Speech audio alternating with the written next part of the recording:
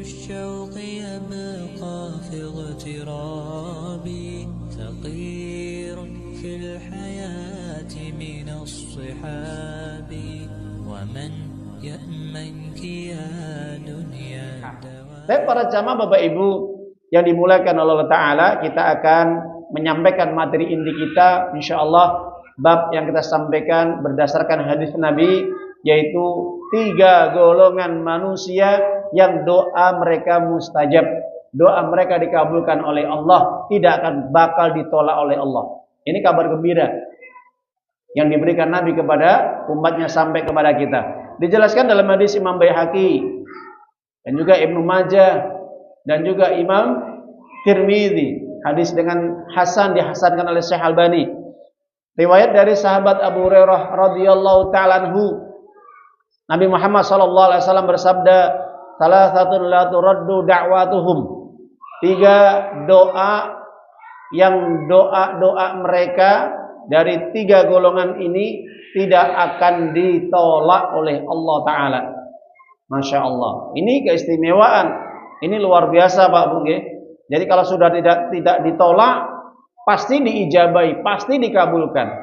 3 golongan dari doa-doa mereka yang dikabulkan oleh Allah, tidak akan ditolak oleh Allah. Siapakah mereka? Nabi mengatakan, yang pertama, doanya al-imam al-adil, doanya imam yang adil.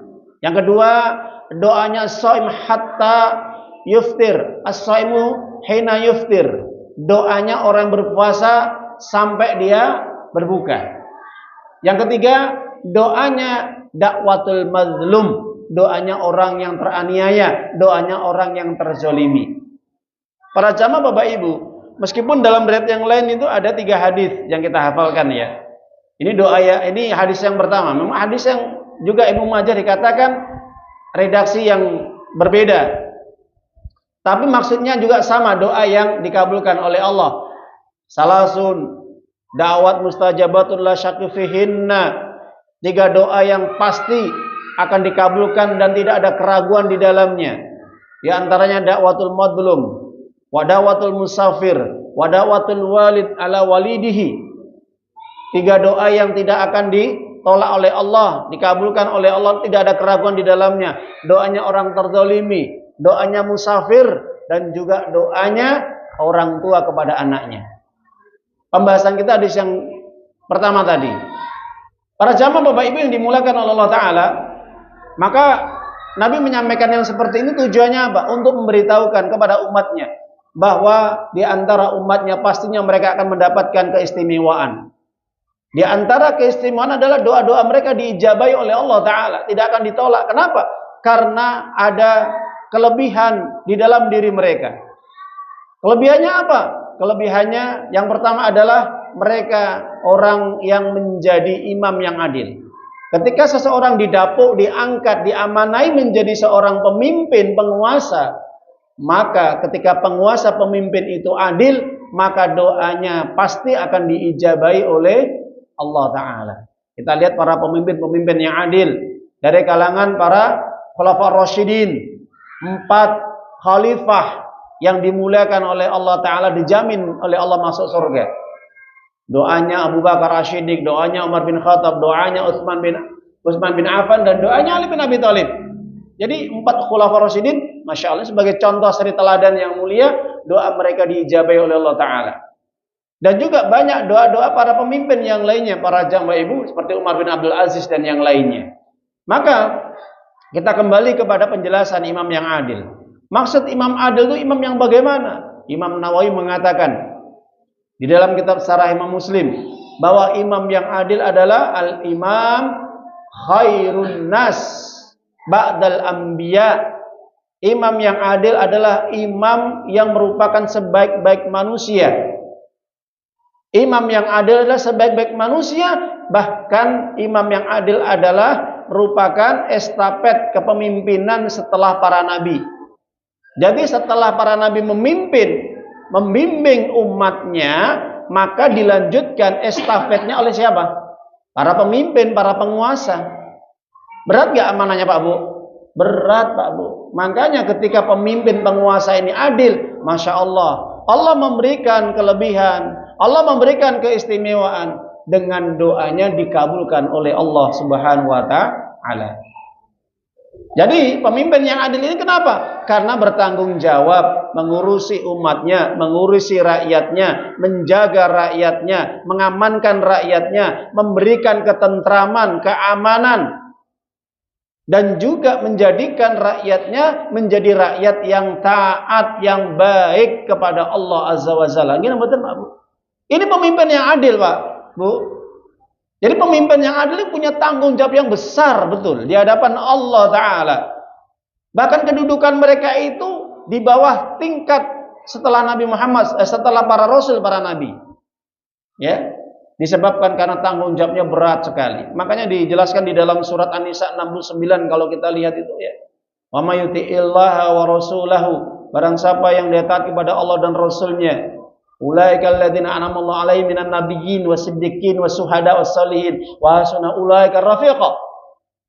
Jadi orang-orang yang taat kepada Allah dan Rasulnya, mengamalkan Al-Quran dan Sunnah Rasulnya, mereka termasuk orang-orang yang nanti pada hari kiamat akan mendapatkan sahabat-sahabat yang setia.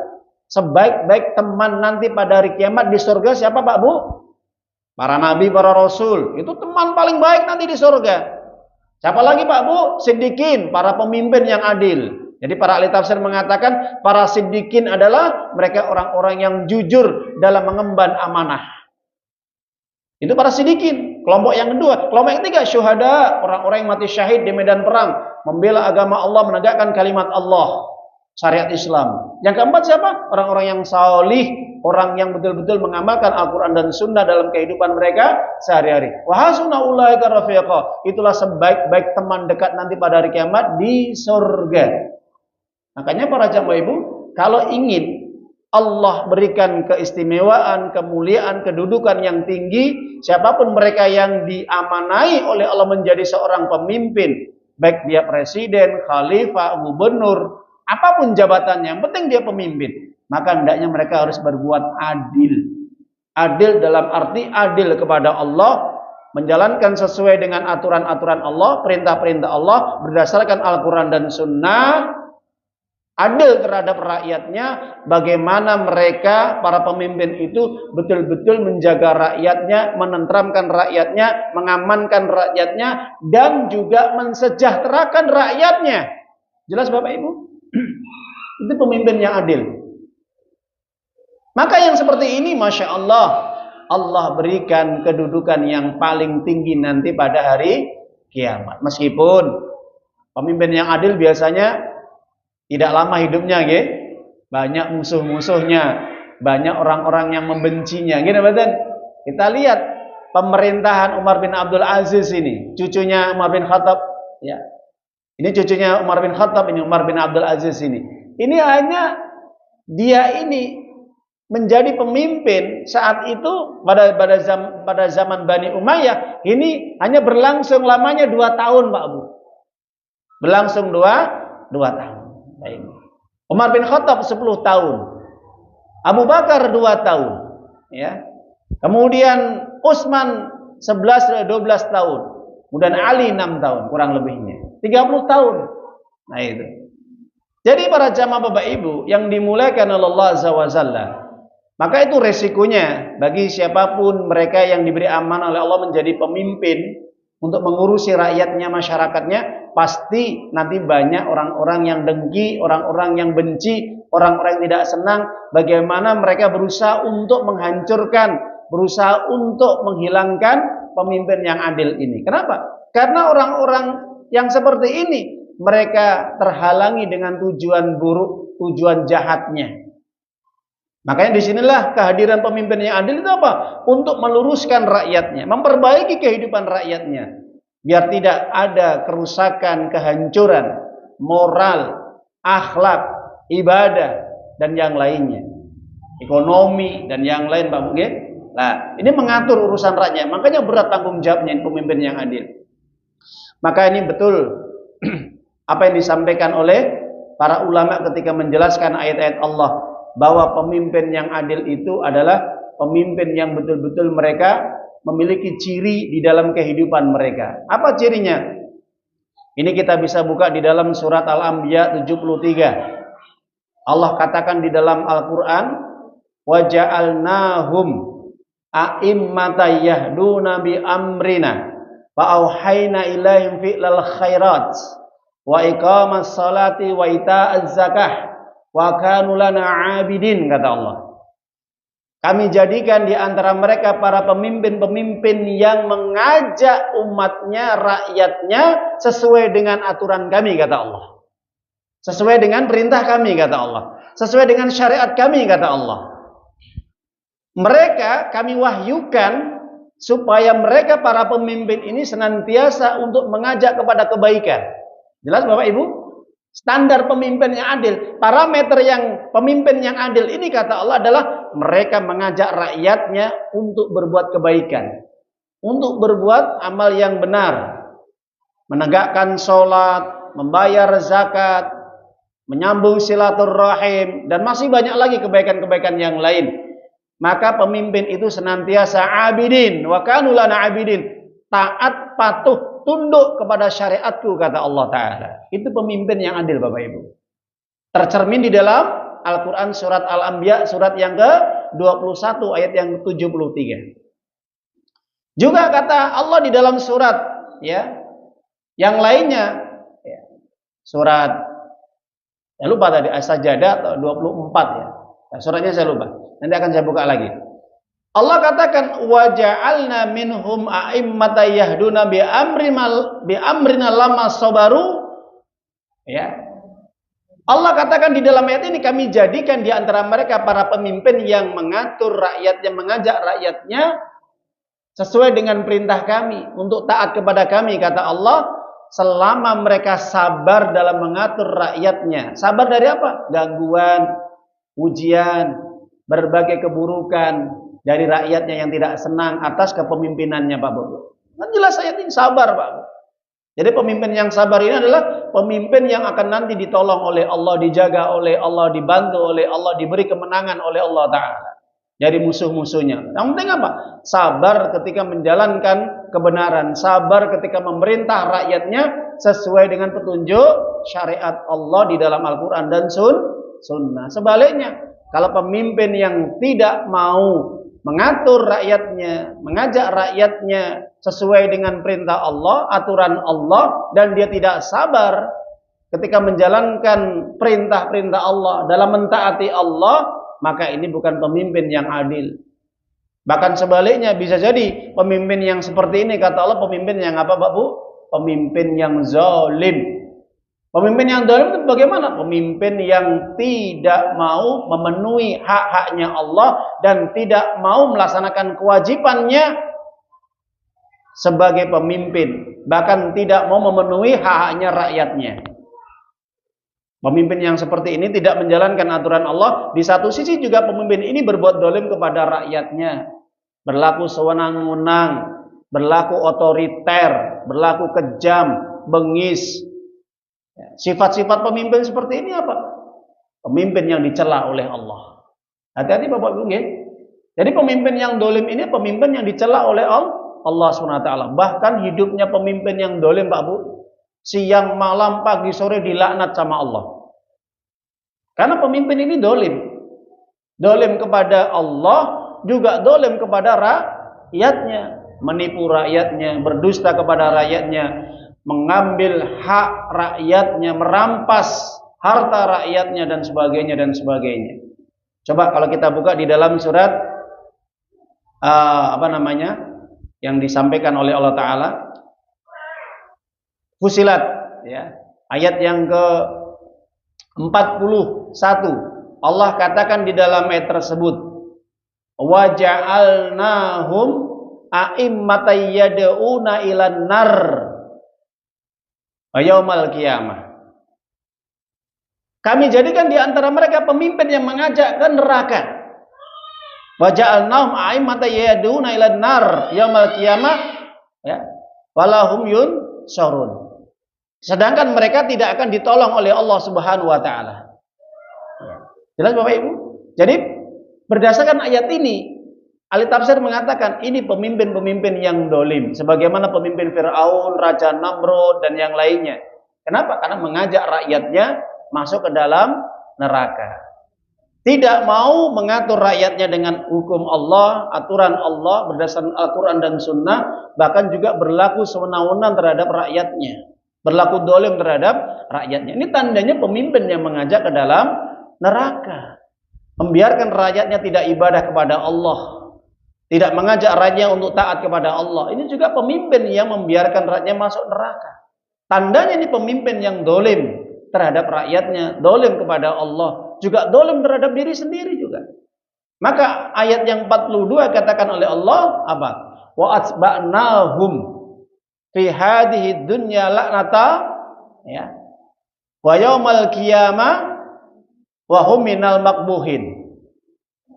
Dan kami ikuti mereka. Mereka siapa? Yang mengikuti pemimpin tersebut. Lah ini. Jadi siapapun yang mengikuti kedustaan, kebohongan, kedoliman para pemimpin tersebut, yang mereka melanggar aturan Allah, meninggalkan petunjuk Allah, melanggar syariatnya, maka siapapun mereka yang mendukung, juga mereka yang mengikutinya, membela pemimpin tersebut, kami jadikan mereka semuanya dilaknat oleh Allah di dunia ini. Na'udzubillah min dzalik. Bahkan mereka termasuk orang-orang yang terhalangi untuk mendapatkan rahmat Allah. Artinya mereka terhalangi untuk masuk surga.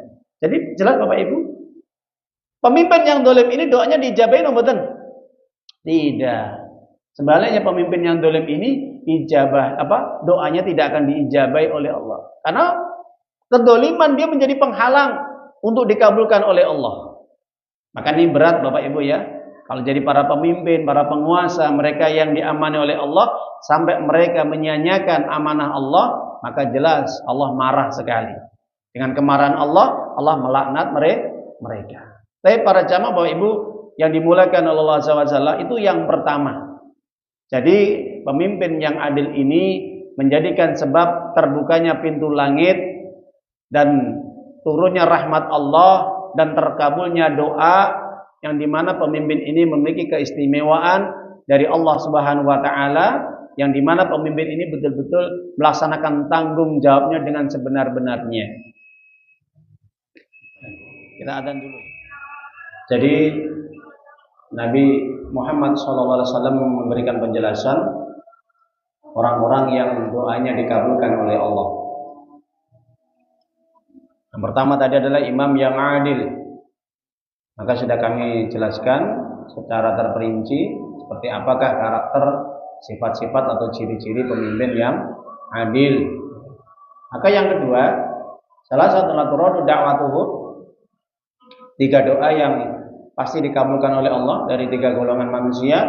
Yang kedua adalah itu doanya as-shaim hatta yuftir, doanya orang yang berpuasa sampai datangnya berbuka. Maka semenjak dia memulai berpuasa, ketika terbitnya fajar sampai terbenamnya matahari, maka ketika dia berdoa kepada Allah, insya Allah maka akan dikabulkan oleh Allah Azza wa Jalla. Andai kata tidak dikabulkan di dunia, maka akan dikabulkan di akhirat kelak, menjadi simpanan amal solehnya dia nanti pada hari kiamat. Jadi para jamaah Ibu rahimana rahimakumullah taala, bahwa orang-orang yang berpuasa itu doanya dijabai karena apa? Karena adanya sebagai bentuk ketaatan ketundukan dia kepada Allah taala, rendahan diri dia kepada Allah Subhanahu wa taala. Karena dia menjalankan perintah Allah berpuasa. Baik itu puasa yang wajib maupun puasa yang sunnah. Maka siapapun mereka yang melakukan puasa, maka tandanya adalah orang-orang yang sangat dekat kepada Allah taala. Dan sebagian ulama ini sebaik-baik ibadah. Karena orang yang berpuasa ini adalah orang yang senantiasa menjaga hatinya, menjaga jiwanya, menjaga ucapannya, menjaga perbuatannya dari segala apapun yang bisa merusak bahkan membatalkan pahala dari puasanya. Maka jelaskan dalam hadis Imam Bukhari bahwa kullu amal ibnu Adam lahu, setiap apa yang diperbuat oleh manusia dari segala amal kebajikannya itu untuk dirinya. Artinya ketika orang berbuat amal ibadah, itu akan mendapatkan pahala 10 sampai 700 pahala atau kebaikan. Illa saum atau illa siam, kecuali puasa, kata Nabi. Kenapa? Fa innahu li wa ana ajzi bih. Karena puasa itu adalah untuk diriku semata. Hanya dirinya dan aku yang tahu. Dia menjalankan puasa karena mencari keridhaanku. Kesungguhan dia dalam beribadah kepada Allah ingin mencari wajahku. Maka wa ana ajzibih, dan aku secara langsung yang akan memberikan pahala. Di sini para ahli hadis mengatakan pahala tanpa batas, sebagaimana disampaikan oleh Ibnu Hajar As-Saqalani, bahwa yang dimaksud Allah akan langsung memberikan pahala secara langsung, yaitu Allah yang akan memberikan orang yang berpuasa itu tanpa batas. Saking begitu besarnya orang yang berpuasa menjalankan perintah Allah. Begitu beratnya menahan lapar mulai terbitnya fajar sampai terbenamnya matahari, Bapak Ibu. Maka Nabi menjelaskan kenapa yada'u syahwatahu wa syarabahu wa ta'amahu. Karena orang berpuasa ini betul-betul dia menjaga dirinya, menjaga syahwatnya, menjaga dari minumnya, menjaga dari makannya. Ketika di saat manusia banyak mereka yang lapar, makan, minum, hubungan suami istri, maka orang berpuasa ini betul-betul menjaga syahwatnya, menjaga egonya, menjaga keinginan nafsunya. Nah, ini orang yang berpuasa, Bapak Ibu, ya, maka doanya dikabulkan. Kenapa? Karena begitu besar amal yang dia kerjakan, begitu besar pahalanya yang dia lakukan di sisi Allah Subhanahu wa taala, sampai Allah sendiri yang langsung memberikan balasannya. Bahkan orang-orang yang berpuasa ini termasuk barisan orang-orang yang sabirun, orang-orang yang sabar. Dan orang-orang yang sabar ini, kata Allah, orang yang akan diberikan balasan tanpa batas pahalanya. Maka turun surat Az-Zumar, surat yang ke-39 ayat yang 10. Innama yuwaffas sabiruna ajrahum bighairi hisab. Sesungguhnya orang-orang yang sabar itu maka akan diberikan pahala oleh Allah tanpa batas, tanpa hisab, tanpa ada hitungan apapun. Jadi saking banyaknya, Bapak Ibu, tanpa dihitung oleh Allah. Makanya kita yang masih membiasakan dengan amalan-amalan yang mulia dengan kita berpuasa, mudah-mudahan termasuk doa kita doa yang diijabai oleh Allah Ta'ala. Bahkan para jamaah yang dimuliakan oleh Allah SWT, banyak para ulama-ulama salaf dulu menyampaikan bahwa ketika mereka melakukan berbagai amalan, bahkan sampai dalam perang pun, di saat mereka sedang berpuasa, Allah turunkan pertolongan. Contohnya perang Badar, perang pertama antara kaum muslimin yang dipimpin oleh Nabi Muhammad SAW dengan orang-orang musyrik yang dipimpin oleh Abu Jahal dan juga para gembong-gembong orang musyrik Quraisy Mekah yang lain.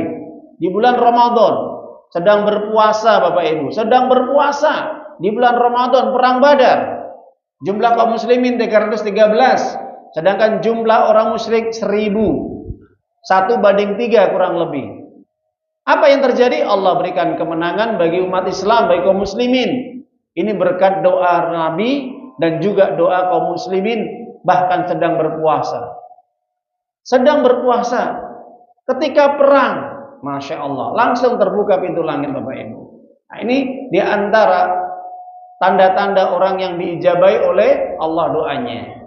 Makanya kita kalau sedang berpuasa, hendaknya kita senantiasa menjaga ucapan kita dari perkataan-perkataan yang tidak benar, agar doa kita mustajab, Bapak Ibu, okay?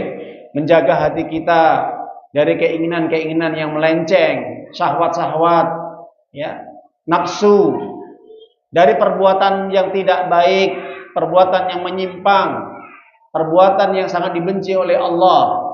Maka untuk menjadikan doa kita dikabulkan oleh Allah, maka syarat-syarat itu harus terpenuhi. Ya, kalau kita ini berbicara yang tidak baik, ada keinginan yang tidak baik, perbuatan yang tidak baik, yang terjadi apa? Maka sulit untuk dijabai oleh Allah Ta'ala. Oleh karena itu para jamaah Ibu, itulah kategori dua golongan yang doanya diijabah. Yang terakhir, yaitu golongan yang terakhir adalah mereka yang doanya diijabah oleh Allah Ta'ala, dakwatul madlum. Doanya orang yang terdolimi ini. Jadi para jamaah Bapak Ibu, kenapa doa orang terdolimi ini dijabah oleh Allah Ta'ala? Karena orang yang terdolimi itu adalah orang yang merasa dia membutuhkan pertolongan Allah secara langsung. Di saat ketika hatinya ini sedang dihancurkan, ketika dia teraniaya, dilukai perasaannya, hatinya, badannya, ketika dia menengadahkan kedua tangannya ke langit memohon kepada Allah agar dia minta pertolongan, agar dia memohon bantuan, agar Allah menurunkan pertolongan dan bantuan, maka pintu langit terbuka Bapak Ibu. Jadi hati-hati. Orang yang terdolimi ini, Nabi sampai mengatakan dalam hadis sahih, ittaqi da'watal madlum. Laisa bainallahi hijab, innahu laisa bainallahi hijab. Hati-hati kalian terhadap doanya orang yang terdolimi.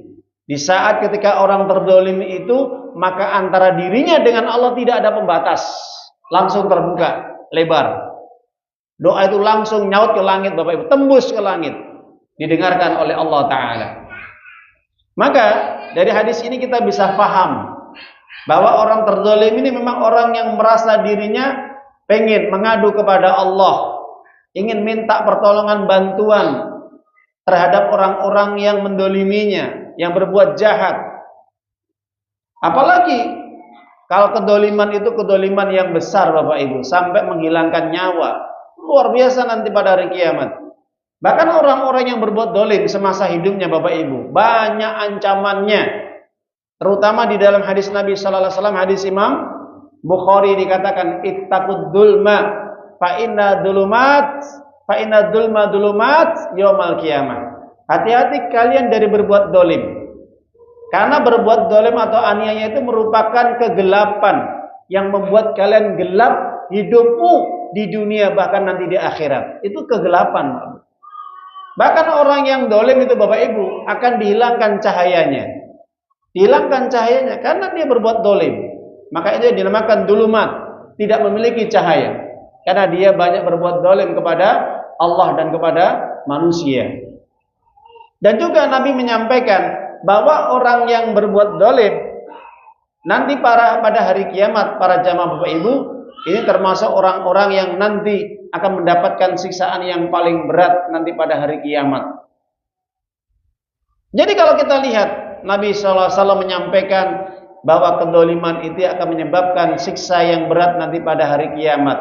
Bahkan orang yang dolim ini pahalanya dihabiskan oleh Allah, diambil oleh Allah. Kenapa?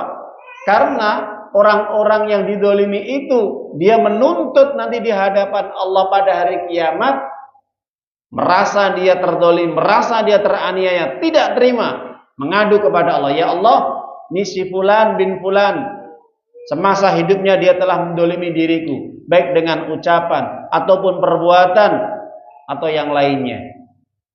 Maka dia menuntut. Ketika dia menuntut, maka Allah berikan keadilan dengan seadil-adilnya. Maka orang-orang yang mendolimi itu pahalanya sedikit demi sedikit diambil dan ditransfer kepada orang yang didoliminya. Sampai kemudian habis kebaikannya Bapak Ibu, maka kata Nabi Muhammad SAW dalam hadis sahih, turiha finnar, dicemplungkan ke dalam neraka dia. Karena tidak memiliki kebaikan. Yang adanya dosa yang dia terima Bapak Ibu. Jelas ya? Nah, ini bahayanya orang yang berbuat dolim. Nah, ini. Dan termasuk orang yang dolim ini orang yang bangkrut hidupnya. Betul, bangkrut. Jadi bangkrut itu tidak dapat keuntungan, profit dalam bisnis, bukan. Tapi kata Nabi, orang yang muflis itu orang yang ketika pada hari kiamat nanti ya'ti bisalatin wa zakatin wa sadaqatin. Orang yang datang menghadap Allah dengan membawa pahala solat, pahala sedekah, pahala zakat, pahala haji, pahala umroh, pahala Al-Quran, pahala ini dan itu. Tapi di satu sisi, di sisi yang lain dia juga membawa apa? Dosa yang banyak juga. Dosanya dia mengambil hak orang lain, merampas harta orang lain, menganiaya orang lain, membunuh orang lain, merampok, mencuri, korupsi, berbohong, memfitnah, adu domba, dan yang lainnya. Apa yang terjadi? Orang seperti ini binasa, Bapak Ibu. Jadi pahala-pahala sholat, pahala sedekah, dan yang lainnya itu sudah lenyap sudah. Kenapa? Ya tadilah, karena dia telah melakukan kezaliman, maka pahala yang dilakukan diberikan kepada orang yang dizalimi. Ini orang yang bangkrut termasuk, Bapak Ibu. Baik, orang yang terzalimi, Bapak Ibu, ini merupakan orang yang diistimewakan oleh Allah Ta'ala. Kenapa? Karena orang yang seperti ini biasa orang yang mengadu kepada Allah dengan hati yang terluka, hati yang tercabik-cabik, perasaan yang mungkin tidak karu-karuan. Contohnya suami mendolimi istrinya, atau istri mendolimi suaminya, atau mungkin anak mendolimi orang tuanya, atau orang tuanya mendolimi anaknya, atau pemimpin mendolimi rakyatnya, dan juga mungkin sebaliknya. Maka siapapun mereka yang berbuat kedoliman itu nanti akan diganjar oleh Allah. Makanya hati-hati Bapak Ibu yang dimulakan oleh Allah SWT. Bahkan banyak ayat yang menyatakan ketika suatu penduduk itu berbuat dolim, baik itu rakyatnya maupun pemimpinnya, maka Allah akan berikan siksa langsung. Kita lihat kaumnya Nabi Shu'aib, kaum Madian. Kita lihat kaumnya Nabi Nuh. Kita lihat kaumnya Nabi Lut, kaum Sodom. Kita lihat kaumnya Nabi Hud, ya, kaum Ad. Kaumnya juga Nabi Salih, kaum apa? Samud, ya. Jadi kaumnya para rasul-rasul Allah ini kenapa diazab oleh Allah? Disebabkan kedoliman mereka. Kenapa sampai Allah mengazab mereka, Bapak Ibu? Kenapa, yuk? Ini doa Nabi, doa Rasul ketika dakwah mereka itu ditolak, dakwah mereka kemudian tidak diterima, bahkan diusir, bahkan diejek, diolok-olok, bahkan mau dibunuh. Allah perintahkan, Rasulku, berdoalah kepadaku, aku akan ijabahi. Betul nggak?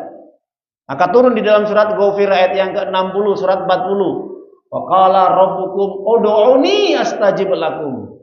Ini hati-hati Bapak Ibu. Langsung Allah turunkan ayat yang menunjukkan doa orang yang terdolimi pasti diperkenankan oleh Allah. Tuhanmu berkata kepada kalian, berdoalah kepadaku, pasti aku akan perkenankan permohonanmu atau doamu. Aku akan kabulkan, Bapak Ibu. Maka para Rasul, para Nabi Allah ketika merasa didolimi, merasa tidak dihargai, tidak diterima dakwanya, langsung berdoa kepada Allah. Ya Rabb, umatku berbuat menyimpang ini dan itu, mereka menyalahi perintahmu, menyelisih syariatmu. Berdoa, diadab nggak Bapak? Ya, adab langsung. Kaum Sodom, ya, yang melakukan sodomi, ya, kaumnya Nabi Lut, lain. Kaumnya juga Nabi Nuh, ketika mereka menyembah berhala, mengusir Nabi Nuh, mengejek Nabi Nuh, mengolok-olok, dikasih banjir Bapak Ibu. Hancur sudah, tenggelam semuanya. Bahkan gunung pun tenggelam.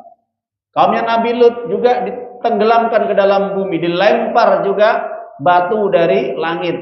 Ya. Batu itu merupakan batu yang panas dari api neraka. Tidak ada yang tersisa Bapak Ibu. Dan masih banyak kaum-kaum yang lain seperti kaumnya Nabi Salih, dengan suara yang menggelegar, hancur lebur semuanya manusia, tidak ada yang tersisa Bapak Ibu. Ya.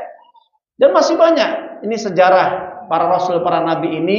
Kalau kita mau belajar, ya, mau menyaksikan keadaan di dalam kitab-kitab para ulama, maka dijelaskan ketika doanya orang terdolimi, baik itu seorang rasul, baik itu orang biasa, baik itu orang mukmin, baik itu orang kafir sekalipun Bapak Ibu, pasti akan dikabulkan oleh Allah. Jadi Allah tidak membeda-bedakan, siapapun yang berdoa memohon kepada Allah, maka Allah akan berikan keinginannya. Itu bagian daripada orang-orang yang terdolimi. Makanya hati-hati Bapak Ibu, bagi kita yang berkeluarga, contohnya ketika suami berbuat dolim kepada istrinya, kepada anak-anaknya, berbuat KDRT, tidak memberikan hak-haknya, tidak memberikan nafkah, tidak memberikan pendidikan, tidak memberikan bimbingan kepada keluarga istri dan anaknya, ini dolim nggak Pak suami? Dolim, nanti dituntut pada hari kiamat. Apa ayatnya? Surat At-Tahrim ayat 6, surat 66. Ya ayyuhalladzina amanu qu anfusakum wa ahlikum naro. Hei orang yang beriman, jagalah dirimu, wahai para suami, dan keluargamu dari api neraka. Kalau kamu sampai berbuat dolim kepada istri dan anakmu, kamu tidak mendidik, membimbing mereka, itu tandanya berbuat dolim kepada istri dan anak. Karena membiarkan berbuat maksiat kepada Allah. Suami tanggung jawab dalam keluarganya. Ini suami yang tidak menjalankan perintah-perintah Allah, mengikuti aturan Allah, yang seharusnya dia bertanggung jawab, membimbing, mendidik, mengarahkan istri dan anaknya supaya memberikan pendidikan agama, bimbingan, ilmu Al-Quran dan Sunnah, ternyata tidak diberikan Bapak Ibu. Dolim nggak?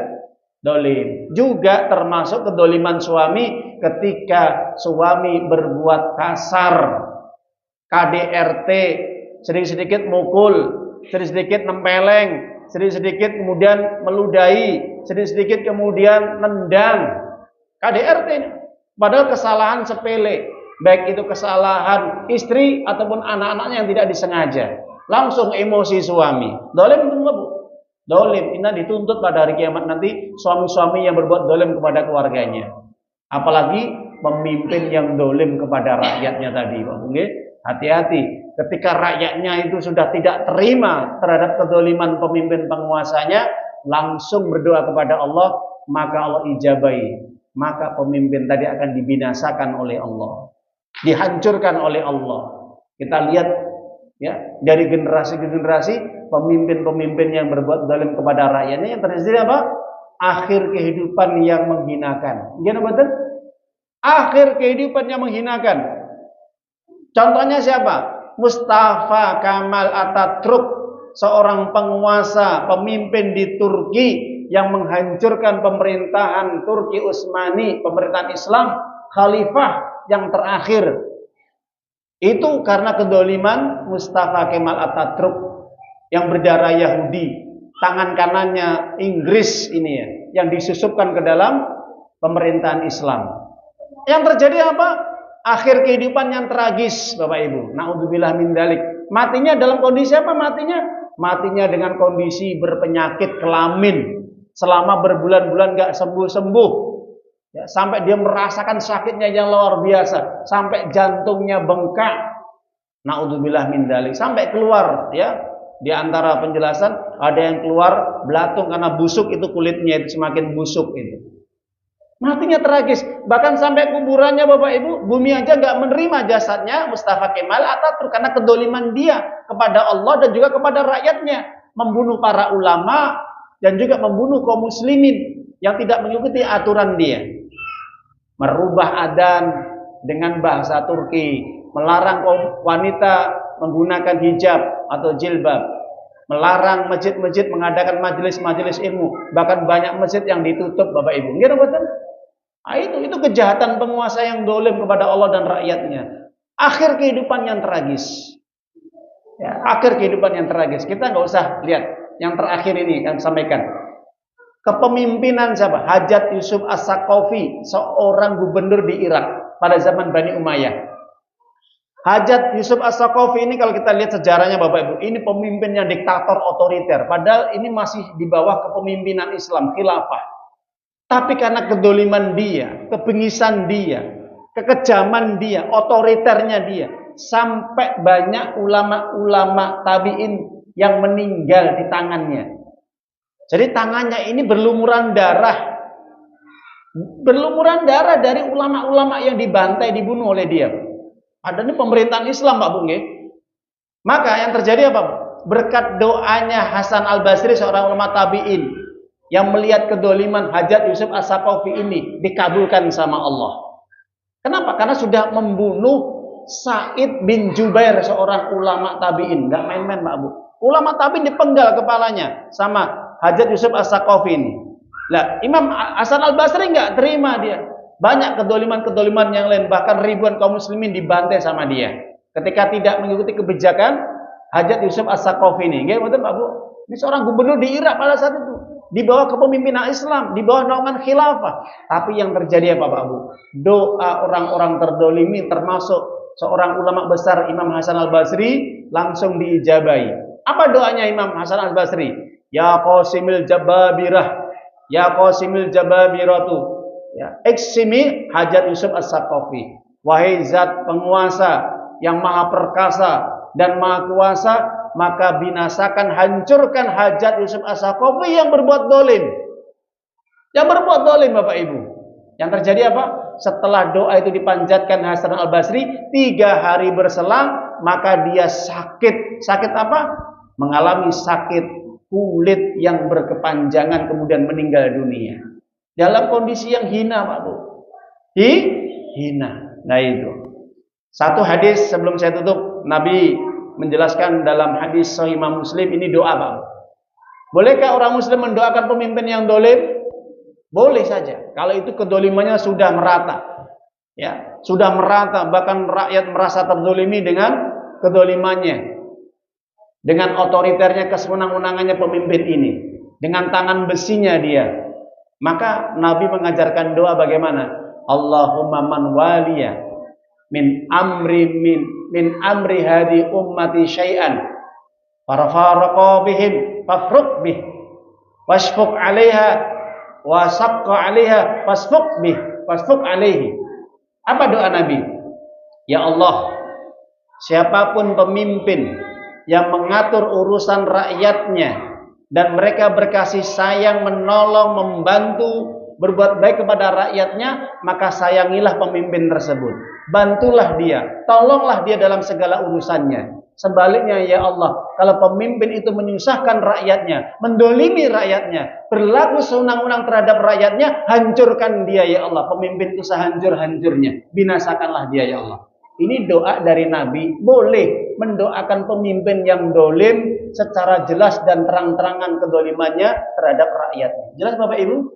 Semoga bermanfaat kajian pada malam hari ini. Semoga ini bisa menambah ilmu kita, dan mudah-mudahan kita senantiasa termasuk orang-orang yang doa kita diijabai oleh Allah Ta'ala. Amin ya rabbal alamin. Pada akhirnya, marilah majelis ini kita akhiri dengan bacaan hamdalah.